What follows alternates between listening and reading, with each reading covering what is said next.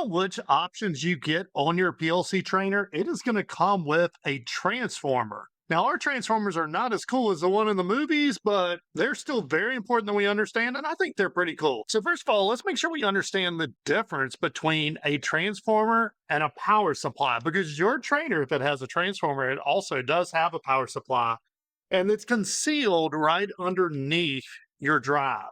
So I'm going to pop the covers off of the transformer, and there is hazardous voltage behind these. So make sure you're properly trained. And then traditionally, you feed into the top of the transformer and out of the bottom. The top is the primary, the bottom is the secondary. Now, in the case of the Siemens G120 drive, it actually requires 230 volt, but all of our trainers will plug into a 110 volt wall outlet.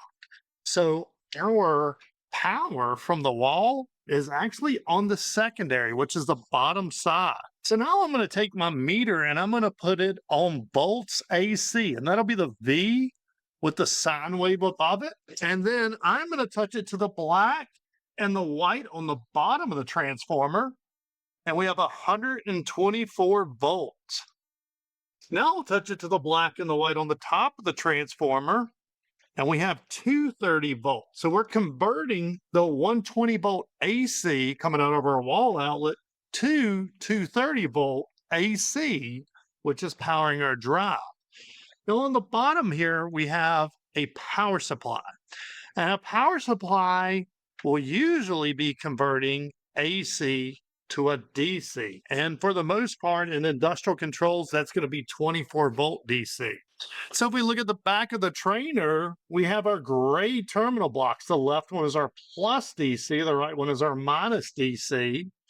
And if I switch to DC on my meter, and I touch in between them, that's making 24 volt DC. Now let's talk a little bit about how transformers actually convert one voltage to another voltage, because usually when we're thinking about, windings of wire, we're usually thinking about resistance. Well, it all comes down to the number of turns on a transformer. And so as we wind those turns up, we'll create a magnetic field. And this is a video I did with my kids years ago, but it still holds up pretty good to how it works. And so we've wound a lot of turns around a block of iron here, and that magnetic field is actually going to go all the way around this block, which comes over here where we have another set of turns, and that is going to go to whatever our secondary load is. And I think this is a hard concept for a lot of folks to understand, is there is no physical connection between the primary set of windings and the secondary set of windings. There's not a lot of difference between a transformer coil winding and a motor starter coil winding. So what I have done is I've removed the motor starter coil out of a contactor, and I have applied 24 volt AC to it. So we're still dealing with AC, but we're dealing with a lower voltage AC. And then I have a second coil that is just wired to a green light. So there is no physical connection between this coil and this coil. But watch what happens to this green light as I bring these two coils close together. So notice the green light starts to illuminate. So we're creating a magnetic field with this coil of the contactor. And as this gets close, it transfers over to that second one. So there's no physical connection inside of our transformer.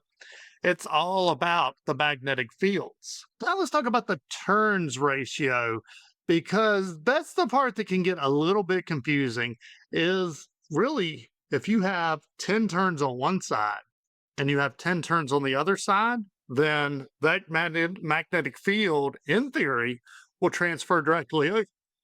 So if you feed 24 volt AC on one side, you'll get 24 volt AC off the other side.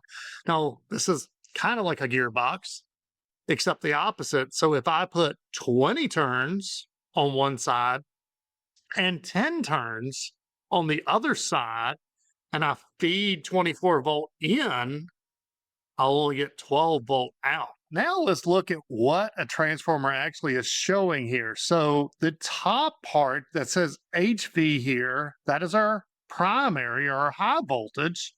The bottom part here is LV, or sometimes we call it our secondary low voltage. And notice in this case, we could put 240 in, we could get 240 out. And probably that might be worth talking about the why of in a later video, but mainly that would be the same number of turns on the top as we have on the bottom, or a 1-to-1 ratio. Okay, the trick to understanding this is understanding what these lines here actually are representing. And if I zoom out slightly, you're going to see I have some jumper bars on this one. These jumpers right here are the lines that you're seeing up here. So currently on this top side, we have a jumper between 2 and 3 and 4 and 5. 2 and 3, 4 and 5. And that means on the high voltage side, which isn't necessarily the incumbent side, because you see on our trainer it's not, it's going to be 230 volt or 220 to 240. It's going to be linear to what you feed into it. Now, on the low voltage side, coincidentally, I have the exact same jumpers. And so over here, that's here and here. So that means we're putting 120 volt on the low voltage side, and we're getting 240 volt on the high voltage side. Now, if I wanted to get 480 out of this, I would remove those two jumpers over here, and we would put one in the middle. And what we're actually doing is changing the turns ratio. So in this case, we're going to have a lot less turns going around because they're going to be in parallel. Whereas this one, we're really seriesing our windings or doubling the number of turns. Now, very important if you are wiring a transformer is, first of all, make sure you're practicing good safety habits. But also, before you put any load on that transformer, power it up. Because if you wire the low voltage in place of the high voltage, and let's say in this case, we were bringing 480 in and we wanted to get 120 out, if you accidentally swap those two, instead of dividing your voltage by 4, you will multiply it by 4, or we'll get 1700 volts. After that, the next important thing we need to understand is our overcurrent protection. And here's a playlist that includes that video.